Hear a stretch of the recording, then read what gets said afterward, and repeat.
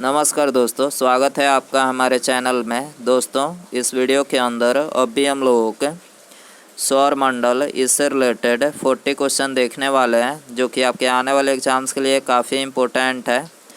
तो आप इन एक एक क्वेश्चन को रट लीजिए। उससे पहले चैनल पर आया तो चैनल को सब्सक्राइब कर, जो पास वाली घंटी का निशान है उसे भी ऑन कर दें, ठीक है दोस्तों। यदि आपको इनमें से किसी क्वेश्चन का आंसर पता है तो आप अपना आंसर जो है कमेंट बॉक्स में लगा सकते हैं, ठीक है। तो देखिए, यहाँ पर हमारा पहला क्वेश्चन है, निम्नलिखित में से किसने स्पष्ट किया कि सूर्य के चारों ओर चक्कर लगाने वाले ग्रहों का पथ दीर्घ वृत्ताकार या अंडाकार होता है। तो सबसे पहले किसने स्पष्ट किया था?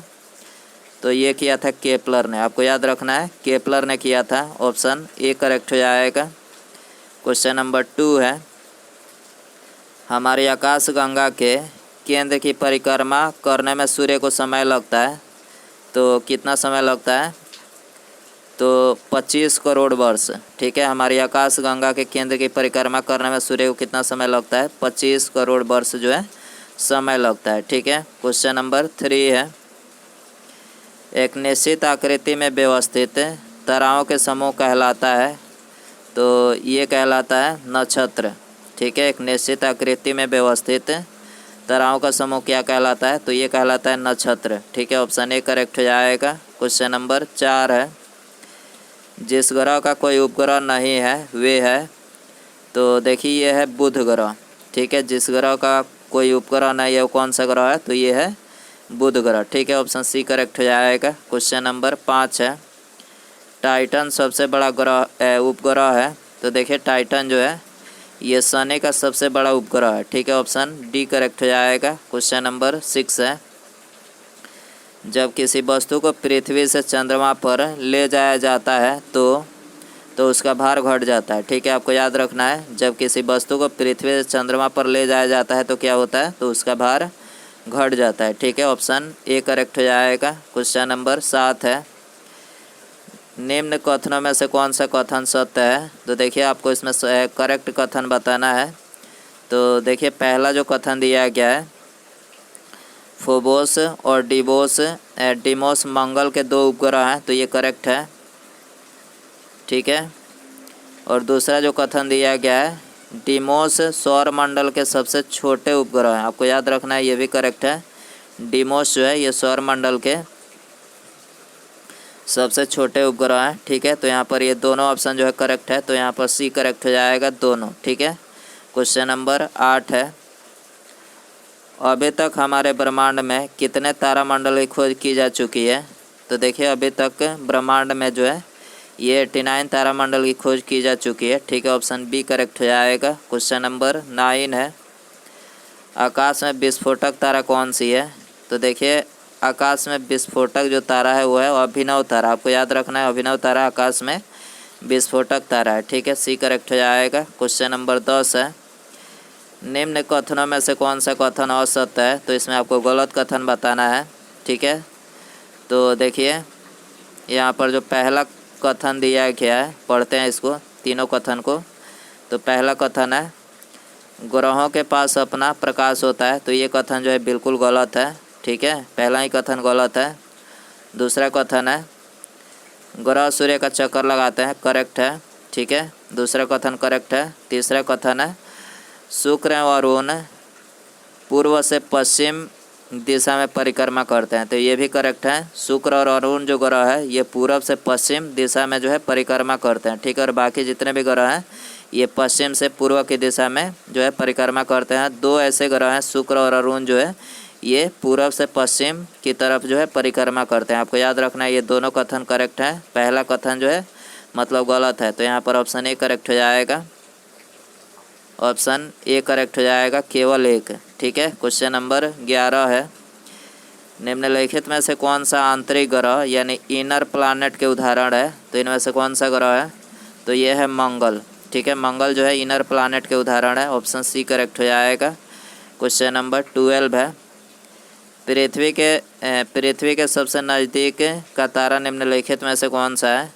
तो सबसे नज़दीक का जो तारा है तो ये है सूर्य, ठीक है। सूर्य जो है पृथ्वी के सबसे नज़दीक का तारा है, ठीक है। ऑप्शन बी करेक्ट हो जाएगा। क्वेश्चन नंबर 13 है, सूर्य के सबसे आंतरिक भाग क्या कहलाता है? तो सूर्य के सबसे आंतरिक भाग क्रोड कहलाता है, ठीक है। ऑप्शन डी करेक्ट हो जाएगा। क्वेश्चन नंबर 14 है,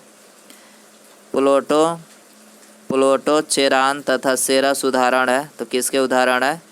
बौने ग्रह का उदाहरण है। ऑप्शन ए करेक्ट हो जाएगा। क्वेश्चन नंबर 15 है, सूर्य से दूरी के अनुसार ग्रहों का क्रम है, तो सूर्य से दूरी के अनुसार ग्रहों का जो क्रम है वो है ऑप्शन सी बुध, शुक्र, पृथ्वी, उसके बाद मंगल, ठीक है। तो यहाँ पर सी करेक्ट हो जाएगा। क्वेश्चन नंबर 16 है, नेक्स ओलंपिया पर्वत निम्नलिखित में से किस ग्रह पर स्थित है?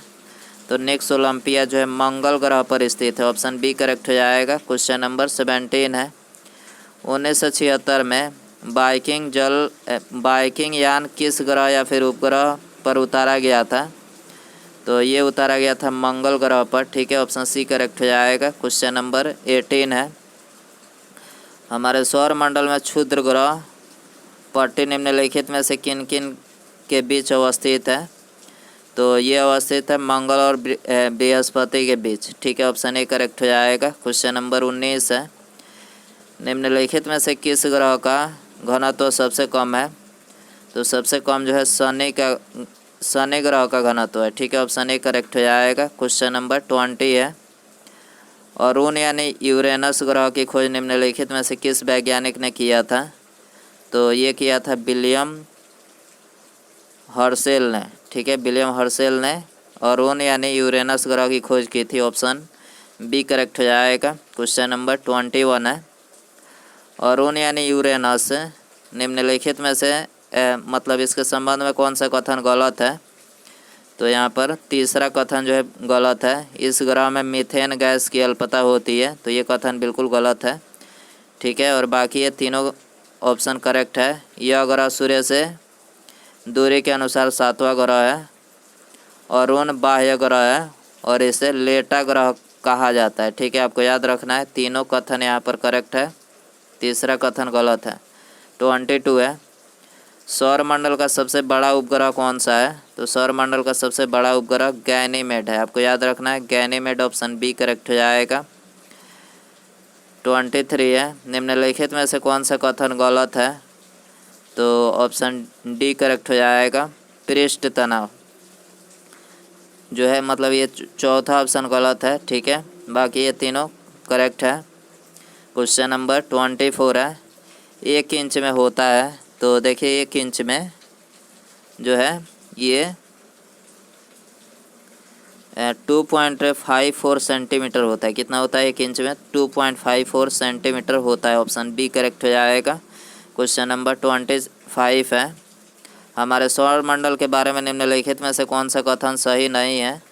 तो सौर मंडल के बारे में जो है यहाँ पर चौथा कथन जो है सही नहीं है, बुध, शुक्र, मंगल और बृहस्पति आंतरिक ग्रह हैं, ठीक है। आपको याद रखना है, ये कथन बिल्कुल गलत है। बाकी ये तीनों करेक्ट हैं सौर मंडल के बारे में, तो यहाँ और बाकी ये तीनों करेक्ट हैं, ठीक है। मंगल एक लाल ग्रह है जहाँ नाइट्रोजन और ऑक्सीजन प्रचुर मात्रा में पाए जाते हैं, ये करेक्ट है। क्षुद्र ग्रह मंगल और बृहस्पति के बीच पाए जाते हैं, ये भी करेक्ट है। बृहस्पति सबसे विशाल ग्रह है, इसका वायुमंडल अधिकांशतः हाइड्रोजन एवं हीलियम से बना होता है, ठीक है। तो यहाँ पर ये तीनों ऑप्शन जो है करेक्ट है, आपको याद रखना है, और चौथा ऑप्शन जो है गलत है। क्वेश्चन नंबर 26 है, ऊष्मीय विकिरण मापने के लिए निम्नलिखित में से किस उपकरण का प्रयोग किया जाता है? तो ऊष्मीय विकिरण मापने के लिए बोलोमीटर का जो है इस्तेमाल किया जाता है। ऑप्शन ए करेक्ट हो जाएगा। क्वेश्चन नंबर 27 है, मानव शरीर के अंदर के भाग को देखने के लिए किस उपकरण का प्रयोग किया जाता है? तो एंडोस्कोप का जो है इस्तेमाल किया जाता है। ऑप्शन डी करेक्ट हो जाएगा। क्वेश्चन नंबर 28 है, कृष्ण छिद्र सिद्धांत को प्रतिपादित किसने किया था? तो ये किया था एस चंद्रशेखर ने। ऑप्शन सी करेक्ट हो जाएगा। क्वेश्चन नंबर 29 है, तारे का रंग सूचक है तो तारे का रंग जो है उसके ताप का सूचक है, ऑप्शन सी करेक्ट हो जाएगा। क्वेश्चन नंबर 30 है, पृथ्वी स्थित है। तो देखिए पृथ्वी जो है शुक्र और मंगल के बीच स्थित है, ऑप्शन ए करेक्ट हो जाएगा। क्वेश्चन नंबर 31 है, सूर्य का आकार पृथ्वी से कितना गुना बड़ा है? तो सूर्य का आकार पृथ्वी से 109 गुना बड़ा है, ऑप्शन बी करेक्ट हो जाएगा। क्वेश्चन नंबर 32 है, CF ट्रैंक्विलिटी कहाँ अवस्थित है? तो ये अवस्थित है चंद्रमा पर, ठीक है, ऑप्शन डी करेक्ट हो जाएगा। क्वेश्चन नंबर 33 है, एक ग्रह के दिन का मान और उसके अक्ष का झुकाव लगभग पृथ्वी के दिन के मान और झुकाव के समतुल्य है, मतलब सही है। तो किसके संबंध में सही है? तो यह है मंगल के विषय में, ठीक है। एक ग्रह के दिन का मान और उसके अक्ष का झुकाव लगभग पृथ्वी के दिन के मान और झुकाव के समतुल्य है, सही है मंगल के विषय में, ठीक है, ऑप्शन ए करेक्ट हो जाएगा। क्वेश्चन नंबर 34 है, हेली धूमकेतु एक प्रमुख धूमकेतु है जो कि अंतिम बार कब दिखाई पड़ा था? तो अंतिम बार 1986 में दिखाई पड़ा था, ऑप्शन ए करेक्ट हो जाएगा। क्वेश्चन नंबर 35 है, शुक्र ग्रह का वायुमंडल लगभग 97% डैश गैस से भरा होता है। तो शुक्र ग्रह का जो वायुमंडल है ये लगभग 97% कौन से गैस से भरा होता है? तो ये भरा होता है कार्बन डाइऑक्साइड गैस से, ठीक है, आपको याद रखना है, ऑप्शन डी करेक्ट हो जाएगा। क्वेश्चन नंबर 36 है, उत्तरी ध्रुव के ठीक ऊपर स्थित होने के कारण एक ही दिशा में हमेशा दिखाई पड़ता है। उत्तरी ध्रुव के ठीक ऊपर स्थित होने के कारण एक ही दिशा में हमेशा दिखाई पड़ता है। तो ध्रुव तारा, ठीक है, ध्रुव तारा जो है एक ही दिशा में हमेशा दिखाई पड़ता है उत्तरी ध्रुव के ठीक ऊपर, मतलब ऊपर स्थित होने के कारण से, ठीक है। तो ऑप्शन बी करेक्ट हो जाएगा। क्वेश्चन नंबर 37 है, निम्नलिखित में से कौन सा सबसे चमकीला तारा है? तो सबसे चमकीला तारा कौन सा है? साइरस, ठीक है, साइरस सबसे चमकीला तारा है, ऑप्शन ए करेक्ट हो जाएगा। क्वेश्चन नंबर 38 है, निम्नलिखित में से किस वैज्ञानिक ने सूर्य सिद्धांत का प्रतिपादन किया था? तो ये किया था कोपरनिकस ने, आपको याद रखना है, ऑप्शन सी करेक्ट हो जाएगा। क्वेश्चन नंबर 39 है, आकाशगंगाएँ दूर भाग रही है और विश्व का लगातार विस्तार हो रहा है, इसे ज्ञात किया जा सकता है। तो इसे डॉपलर प्रभाव से जो है ज्ञात किया जा सकता है, ठीक है, ऑप्शन ए करेक्ट हो जाएगा। उसके बाद यहाँ पर हमारा अगला क्वेश्चन है, एटलस, रिया, येपेटस तथा डियोन निम्नलिखित में से किस ग्रह का उपग्रह है? एटलस, रिया, येपेटस तथा डियोन किस ग्रह का उपग्रह है?